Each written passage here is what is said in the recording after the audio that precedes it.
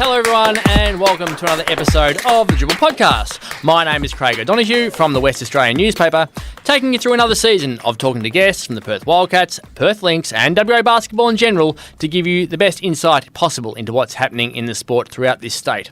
And there is plenty happening in WA this week, with Cleveland Cavaliers General Manager Mike Gansey in town to watch Perth Wildcat Luke Travers, and the team producing one of the most extraordinary come-from-behind wins you will ever see on Monday night. So this week we're going to do the episode a little bit differently to what we have in the past. Instead of having one feature guest from the Wildcats and one from the Lynx, you'll be hearing from several key people around Travers' quest to get to the NBA and what it means for both him and the club, and then we'll speak to Perth Lynx star Chloe Bibby about her outstanding start to life in WA. But first, Luke Travers is a brilliant story. The Cavs selected him at pick 56 in the NBA draft, and he had a huge impact on Monday night for the Wildcats. So the question is, can he get onto the Cavs main roster? Time will tell on that one. But let's see what having an NBA GM in town means for both him and the Wildcats. We've got multiple interviews here coming up. These have been done outside of the studio and in different locations, which means you will notice a change in the way we usually record the audio. So let's cut to these now, and hopefully you enjoy getting a greater insight into what it's going to be like for Luke Travers having the Cavaliers in town this week. So I'm with Mike Gansey now, the General Manager of the Cleveland Cavaliers. Just landed. How are you feeling? Good. A little tired, but I'm excited to be in Perth. Very excited. What does it mean for you to be able to watch Luke Travers play live? No, it's really exciting. I mean, obviously first time in Perth, but I've watched a lot of Luke this year already. So now to see him live and get to go to dinner with him and talk to him, it's really important for us to see him. So from a relationship perspective, what does it mean for you to be able to build that relationship with him, given I would have thought had spent a lot of time with him? Yeah. Well, I wouldn't be here, if we didn't like him. So, obviously we drafted him, had him for summer league, so we got to know him pretty well last summer. But, just obviously coming out here, showing some love to him and kind of following his progress as we have been all year, and just seeing how he's doing and just kind of checking in on him, basically, more than anything. How far away from being an NBA rostered player do you feel he is? Yeah, he's still so young. I mean, this is like his second year playing like full-time, third year really full-time with Perth, and he's obviously in great hands with Danny and John, and obviously being with a lot of the veterans they have on their team with Bryce Cotton and those guys and Webster, and wild game last night. But, I'm just excited to be here and see all these guys and, see him practice and get to talk to them and talk to the staff and, kind of get a better feel for him here before I go back. Do you want to see him in America at some point, playing in a G League or in any other sort of competition? Yeah, I mean, that's the goal. I mean, obviously when we drafted him, we felt he had some potential to obviously play with the Cavaliers and be on an NBA floor. So, whenever that is, we'll see. But, we're excited about him, and we've been tracking him obviously the whole year, and finally excited to be here to see him in person. Do you have a timeline at all on how long he needs to have before he has to either prove himself or not prove himself and you make a decision on it? Yeah, I don't think there's really no timeline. Obviously we'll talk to Luke, talk to his agent, even talk to Danny, and just kind of, just really step by step. Obviously they're in the thick of the season right now, trying to get in the playoffs. So, once the season's over, kind of sit down, evaluate where we're at, and then just kind of go from there. What do you like about the way he plays? Yeah, he's just a really good basketball player. He kind of does a little bit everything. He impacts the game without scoring. You see his stats. He's averaging 8, 5, and 4, and a couple steals, a block. He just does a lot of good things, even though he's not a 20-point scorer necessarily. But he just does a lot of good things that help teams win. And clearly playing with Perth, he's gotten a lot of experience to grow at a high level. Could you believe that a 50-hour journey or whatever it's been so far, and you end up missing one of the games you're here for? I mean, the big game, obviously, I actually rewatched it in my connection in Melbourne. What a wild finish. But, hey, I'm here, and hopefully I can keep the streak alive. What do you think of his last quarter and that last play? That was wild. I mean, when Blanchfield hit the three, he kind of rubbed up to him. One, you don't foul, and then it looked like he was trying to make the free throw, and it just happened to bounce to him, and Webster was there, and just, everything had to come right, and good for Perth that they won the game, and all that happened. And Luke's final quarter specifically? No, Luke was, first half, he couldn't really get in a rhythm, but, even that third, fourth quarter, he really played well. Hit some big shots, had a really nice assist, I think, to Blanchard on the break, kind of towards the end, and just did what he does. He kind of quietly impacts the game and does things to help you win. Well, thanks for your time. Really appreciate it. Enjoy the week, and hopefully they go well for you and he goes well for you against New Zealand. No, I appreciate it. Thank you so much. Thank you. Now Travers all the way. Oh, my. Oh, my goodness. Remember the name, ladies and gentlemen. Luke Travers is having a series to remember. Okay, so we're here with Danny Mlls now, the General Manager of Basketball Operations. It's pre-game. Danny, you've been in the NBA system for a fair amount of time. What does it do to have someone like Mike Gansey here for the week to build relationships? It's fantastic to have Mike down here. Obviously, with Luke getting drafted by Cleveland, they're invested in him. They're invested in his development, how he's doing here at Perth. And obviously, from their perspective, they want to create that relationship where they're checking in on him and showing him that he's on their radar, and then also for us just being around our club and seeing the environment that he's developing in. So I think on both perspectives it's fantastic to have Mike down here, but also to have Luke understand that Cleveland are coming down to watch him. So it's a different situation for Luke to be in. What's been your advice to him for this week? Even though Mike's not going to be here tonight, he would have been expecting him to be here. Yeah, honestly, no real advice for Luke. I mean, Luke's a professional. He has been for a few years now. And it's just something where he's just going to have to get used to it. Last year, I think for him was a huge learning curve. He was auditioning for 30 teams. Now he's got one that's chosen him and investing in him, and they're coming down to see him. And he's been in their system, so got drafted in June, was around them for about 6 weeks. So he feels comfortable. He understands that Mike coming down, it's for him just to be around him, to check in, to meet with us, meet with John Riley and our coaching staff, to understand how we're developing him, and then to give us some of their feedback as well from what they're seeing from their end. So in terms of Luke, obviously, a GM he's coming to watch you, it may affect you, but from our perspective, it's game 15 in the NBL, and we're trying to beat Melbourne. So your relationship with Mike and the Cavs, how often do you talk? And when they want advice to be given to you about how they want him to play, does that happen? How does it all work? Yeah, no, they don't give us advice on how they want him to play. I think they're very comfortable and I think part of them drafting Luke at where they drafted him at 56 and having him kept with us at the club was because they understand that he's in a great environment to develop. Mike and I have known each other for years now through the NBA circles. I'm lucky enough to call him a good friend. He's very invested in Luke, but also coming down to hang out, see Perth, see our facilities, and as a lot of NBA teams are starting to see, the NBL is a fantastic place for players to develop. Not only players that they're trying to draft, but players that they've drafted and want them to develop outside of the NBA system. They can have them here in Australia and be confident that the NBL clubs such as us are doing the right thing by them. So you said you've known him for a while. He's a first-year GM, but obviously went through different systems to get there. How do you build those such relationships? Where do you meet, all that sort of stuff? Yeah, so obviously my history, I was in the NBA for 7 years. When you're travelling as much as you do on the scouting trail, you run into a lot of people.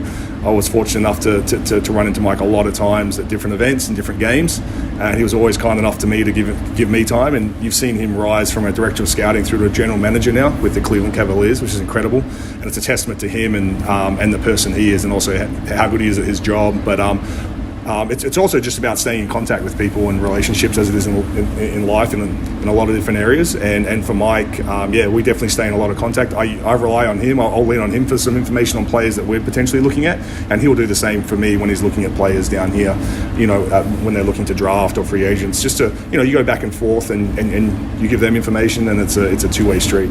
So with Luke, he started the year brilliantly, but he's faded a little bit with a bit of injury concern, it looked like, as well, by not going to Kazakhstan. How have you rated his season? Yeah, I think pre-season, and then obviously, so we had a massive year last year with little to no rest, straight into the draft process, which is physically grueling, but also mentally grueling. Stays in the States, does summer league, and then comes back and goes on his first Australian Boomers tour. We thought pre-season he was fantastic. He's taken another step, and he clearly has.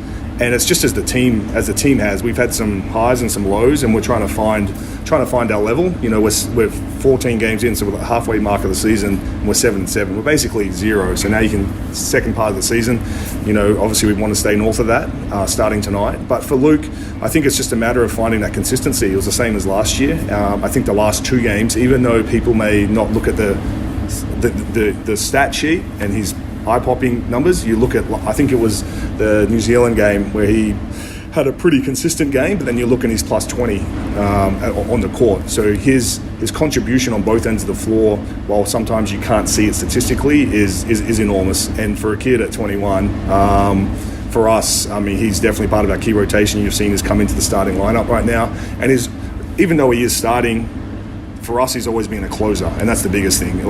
there's multiple guys can start a game, but it's who closes the game, especially tight games, that really matter. And so for us, as we find these rotations and these 5-man units that are going to hopefully lead us down the right track towards the business end of the season, I mean, Luke's a massive part of that.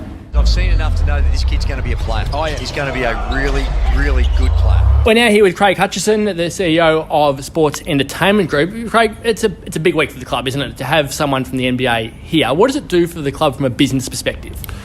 Well, I think it's a reaffirmation of hopefully the calibre of talent that our basketball team is developing. To have him here, to watch not only Luke, but to get a feel for the Perth Wildcats and what a success story over time it has been. And, we unashamedly want to develop further relationships with the NBA. We've been on the record saying we're very much open-minded and put our hands up for any future pre-season competitions overseas, and have obviously had dialogue with the NBL about that along the way. So I think, and it's such a great franchise, the Cleveland Cavaliers, and to have Mike here in town and to have him have a look at the player he's drafted. Hopefully there's a good relationship developing between the two businesses, and he sees that we're managing Luke the right way and help give him every chance to be the player that he hopes to be and reach his absolute potential. I think we're all excited for the possibility of Luke being an NBA player, and equally wanting to be the best player he can be. So for anyone to take an interest in him the way that the Cavs have, and have obviously given up a second round pick for him. So yeah, I think it's great that he's here, and we look forward to seeing him. So when you look at it, you've been all around the world. You just got back from the World Cup. You've been to Super Bowls, Kentucky Derbies, NBA games. You do a whole lot of stuff with the AFL Grand Final. When you're trying to pitch things to people and you've got names of people that you can reference back to them, you've met so-and-so here, so-and-so there, Mike Gansey's come to your club. What does that do for you? Well, I think it's probably less about that. It's more about this league is so well respected around the world. You see the back and forth between the two leagues now. You see the 11 or 12 Australians playing in the NBA. You see the respect that was held at the Olympics when we won a bronze medal, and you can see the relationships that have been building between both countries. So I think it's just another step in that bridge. The NBL have done a great job in that. I think Cleveland will come. Hopefully, Mike will come here and be really overwhelmed by the fanaticism of this fan base and the crowd. This venue is not out of place, and in fact, in many venues, is a bigger, stronger experience than NBA venues. It's hard to believe that this venue stacks up with any venue in the world. It's part of the reason why imports want to come and play here, the fan base. And I think just to show that off to Mike and to get him to get a feel for it. You saw last year that some of the recruiters and general managers followed Luke around, and that was obviously a new experience for him. He put a little bit of, I don't know, he put pressure on himself or it was inferred pressure, but he's obviously now getting used to the eyes of the world being on him. He saw the way he played in Summer League, and I think he'll rise to the occasion here too this week. So we're looking forward to seeing Mike here. So when imports, you're talking to imports and things like that, and they know that you've got an NBA player on your roster and that the NBA will come out, does that help with those sorts of recruiting ideas? No doubt. But even more than that is the quality of this home crowd and the venue. To come and play here is a real sellable pitch to world basketball. It is a hotly contested import spot here. It is a hotly contested coaching team.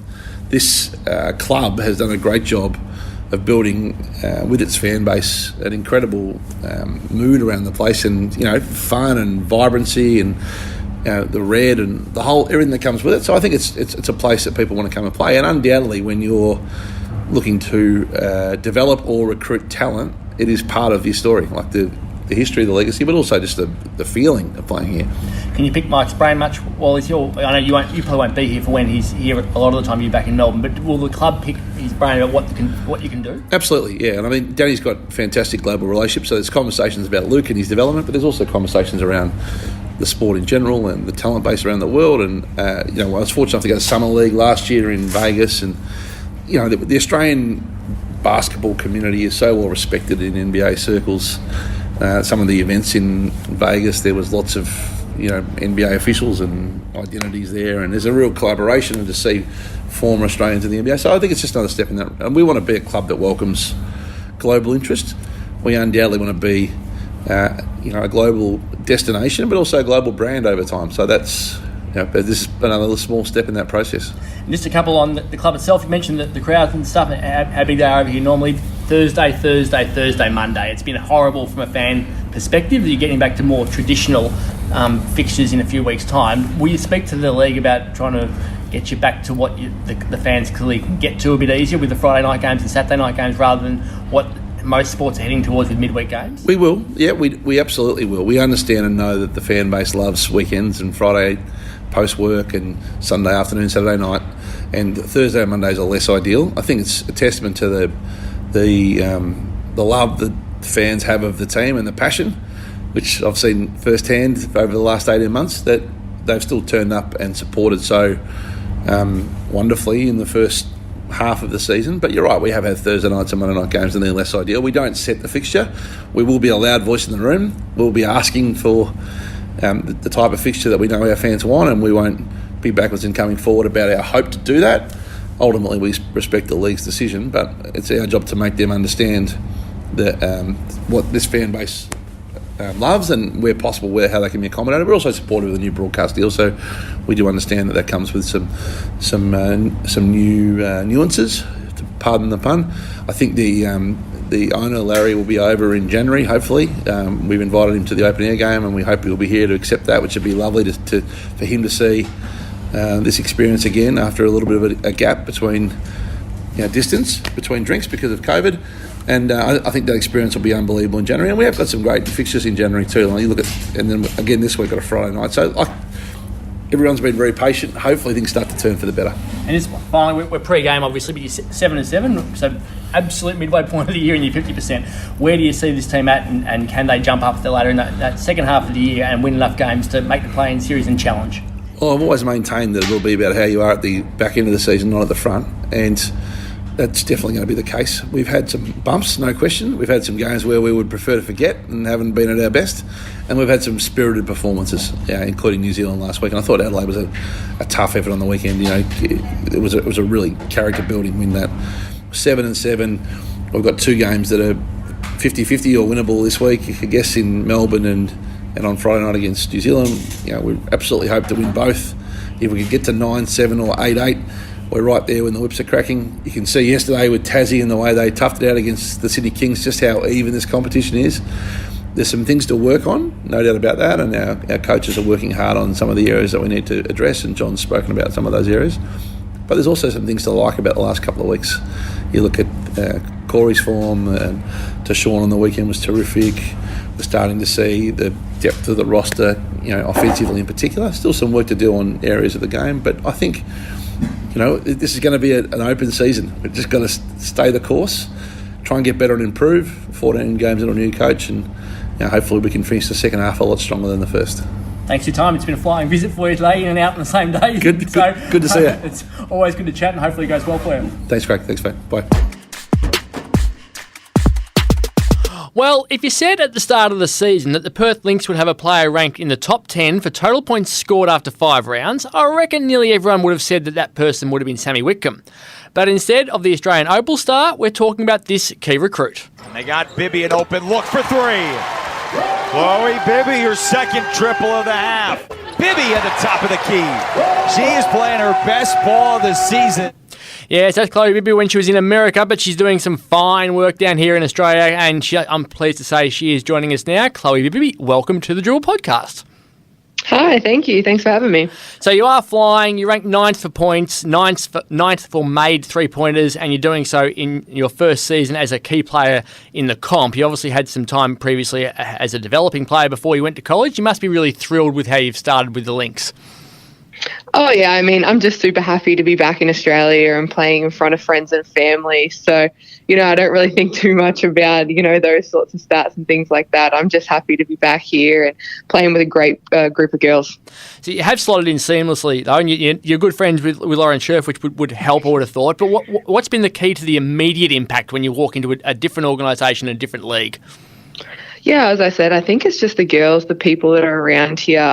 Everyone's been super welcoming and, obviously love Lozzie, and we've known each other for seems like forever now. But also, I've known Sharpie for quite a while, and just a great group of girls, which has just made it, so much more fun and easy to slot in and just, hoop and get buckets. It honestly is just a great time. So we shouldn't be surprised at all about your performances given how well you played at college for so many years, and then you got the opportunity to go to the WNBL training camp as well. Tell us about that experience and what that was like.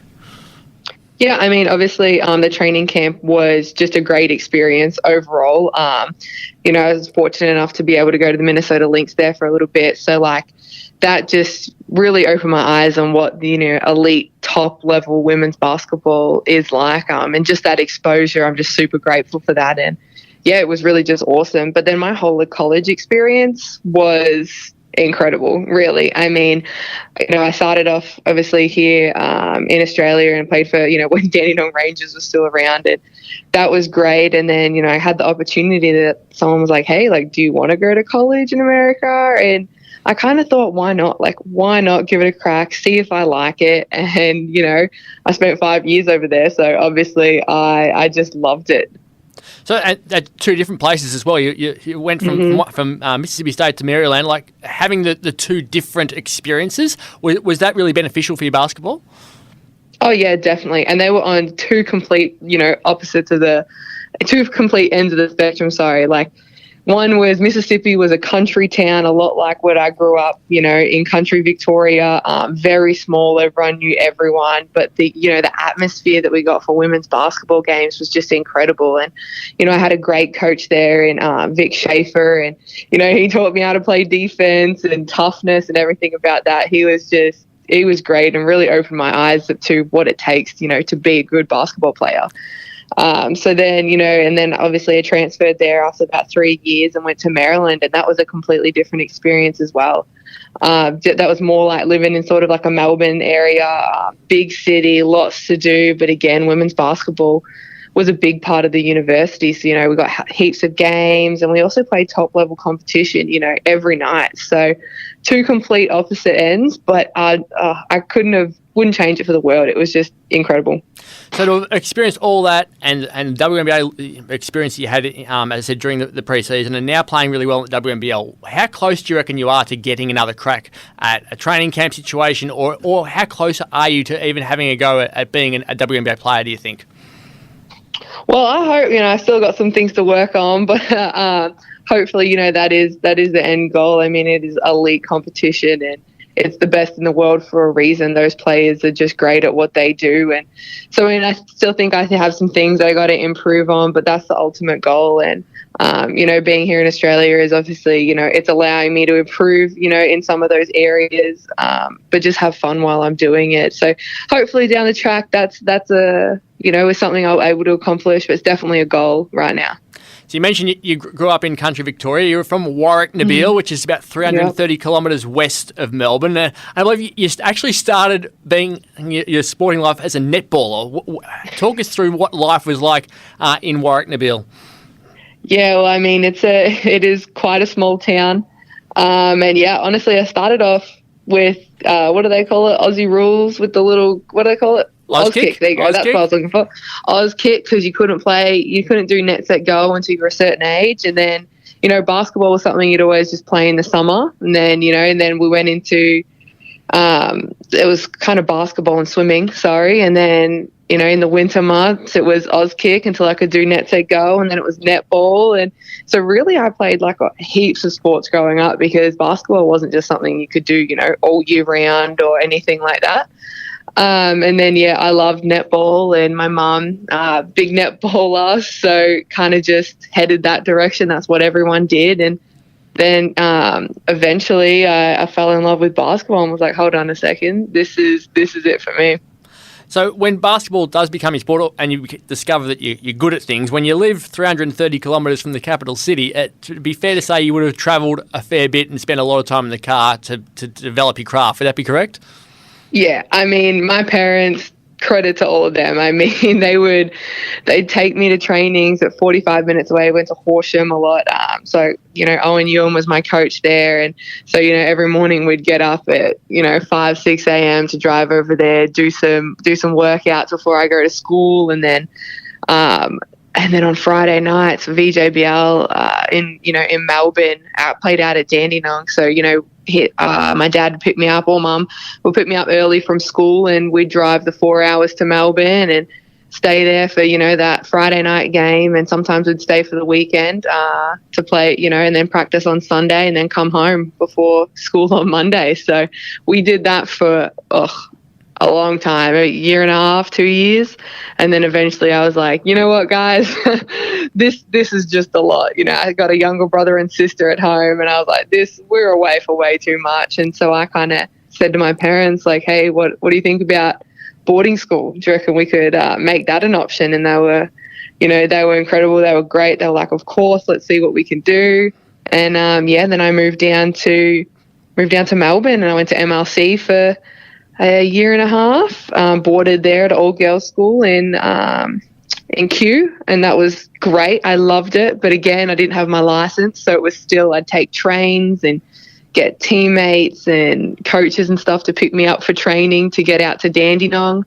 So I was there for, as I said, I think it was about a year and a half. And then I was like, again, I'm just too far away. So I moved out to Rowville, which is right next to Dandenong, and I lived with Dandenong Rangers manager at the time. So I lived with her for about 2 years while I finished out my VCE and graduated from high school. And yeah, that was kind of the whole experience on how I ended up all the way out there and then eventually in America. I reckon Kew to Dandenong, like that's probably the equivalent of Joondalup down to Freo. Like it's not an easy trek to do. It must have been a real eye-opening experience for your life-wise to have done all these sorts of things when you were 15 years of age, effectively, and debuting in WNBL at the same time. It's not what a normal high school student is doing. Yeah, no, definitely not. But it was kind of the only option that I had. I wanted to play basketball. I wanted to play it at the highest level and compete at the highest level. So it was really the only option I had. I was like, if this is what I want to do, I've got to get on trains, find lifts. I've got to find a way to work it out because, you know, I was down there essentially, you know, by myself. And I was like, how do I make this work? What do I have to do? And then you head to America, and we're so good, as we said, and suddenly you're at Mississippi State and you suffer a really horrible knee injury. I'm going to play you a piece of audio from your coach which shows what you meant to that team.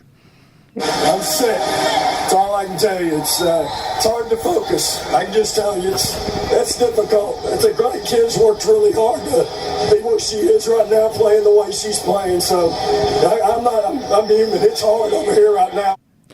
Not every day that you hear the coach basically crying at half-time because he's so disappointed that one of his players suffered such a bad injury. Like, what does it mean to have the support like that? Yeah, I mean, the whole Schaefer family, old Mississippi State, honestly, it was family. As soon as I got there, everyone was just so welcoming. As I said, it was a small town, really community-based, and instantly I just felt like I was at home. It really was just like family. So, you know, when I went down with that injury, I know that everyone else was hurting just as much as I was. And that support, I think, really helped me be able to come back, you know, as quick as I did and as well as I did. Your knee injury was yuck. Like, that's the only word I can use to describe it, having looked at it. It must have been really challenging to come back from that because it just buckled underneath you and then your body collapsed on top. Yeah, it was not great. Oh, my goodness. When I tell you, my ankle felt like it touched my hip. Horrible, disgusting. And I knew instantly that was ACL. I mean, I'd never hurt my knee, you know, before that, but instantly I was like, yep, I have stuffed that right up. But, I mean, the facilities and the people that I had there, you know, just supporting me throughout the whole process, what really was, you know, why I was able to come back as good as I was. And, like, yes, it was difficult, but without them, there's no way that I would have got through it. How is it mentally with you come back from an ACL? Because it's not like you can avoid contact. It's not like you can avoid having to change direction. Like, it's not an easy injury to recover from. Oh, no, it's definitely not. And I didn't struggle with the physical part of it at all. You know, coming back, the rehab, that wasn't the biggest problem for me. It was more mentally getting back into it and being like, okay, I can take a hit and my knee is going to be fine. So I did a lot of work with a sports psychologist, just to, you know, have that confidence and build that confidence back up in myself and my ability. So it more so wasn't, you know, the physical aspect which took me the longest to get back. It was more the mental. And to be fair to say, you've got some rather large feet. And I've seen them described as clown feet at size 14. Are they a challenge because you're not a monster in terms of height, but you know, you got feet you got to work around, don't you? No, I'm not, which is a bit annoying. You know, you're right. I do have these size 14 feet men's, and it's annoying, to be honest. I can't buy good shoes, nice shoes to go out in. And I'm not like, 6'7", which I should be with these monster feet. But they keep me grounded, we'll say that. Okay. And I suppose that would have helped. You mentioned you were a swimmer at one point. That would have been that would have been like flippers at that point, wouldn't they? That's what people said, yeah. Well, you certainly are playing well, and it's been a big week for the team. Southside were terrific last week against you, and Lauren Jackson put on a show. Now you head to Townsville for a game on Saturday and then play Canberra on Wednesday. So very different situations in terms of where your opposition are on the ladder. How do you see those games?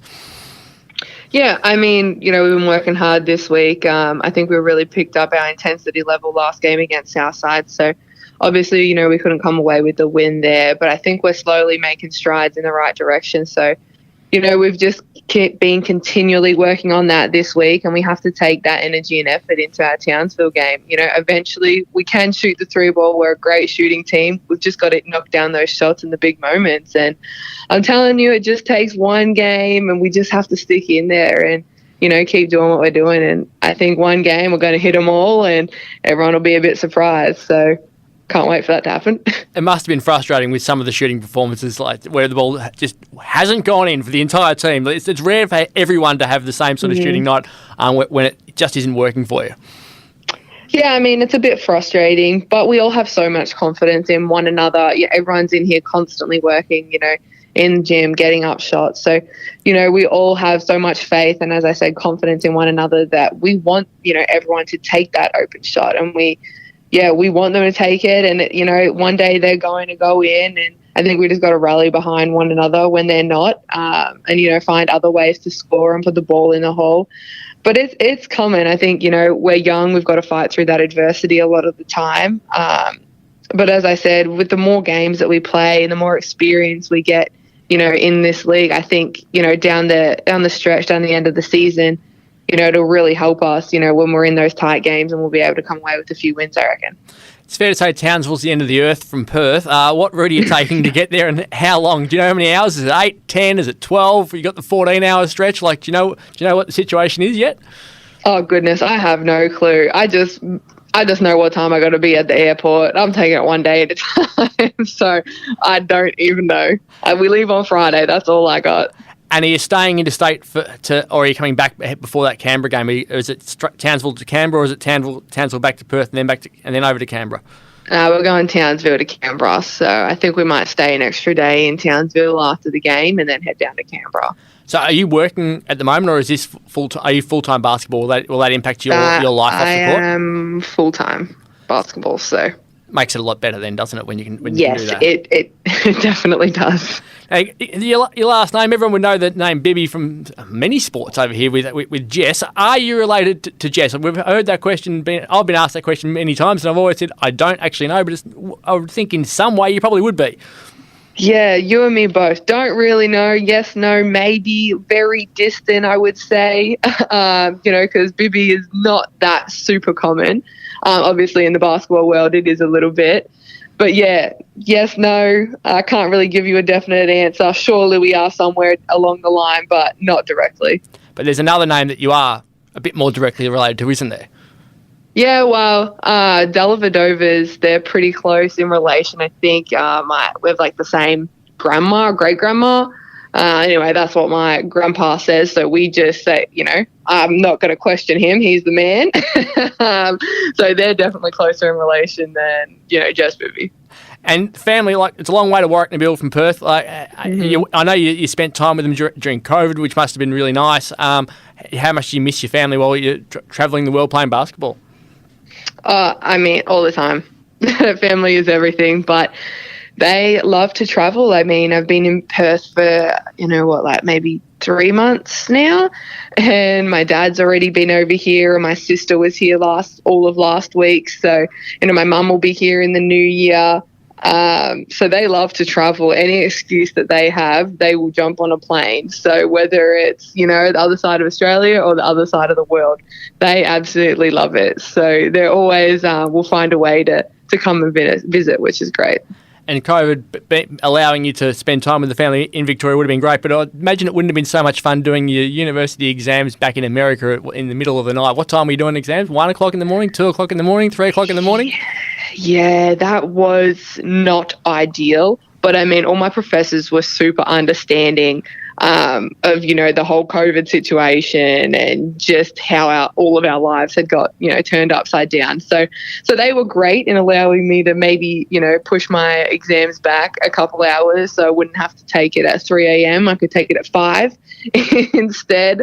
But we got through it, surely. Oh, well, that's good. And you're playing really well now. So, well, thank you so much for joining us. You've been superb to watch so far this season. So hopefully your brilliant form continues. Thank you so much. Well, that's it for this week's episode of the Dribble podcast. Remember, you can read all of your basketball news in the West Australian newspaper and keep logging on to thewest.com.au. Thank you to all of our guests for their time this week. Thank you to the wonderful Shannon Bevan for her production work. We'll be back next week with another episode of the Dribble podcast.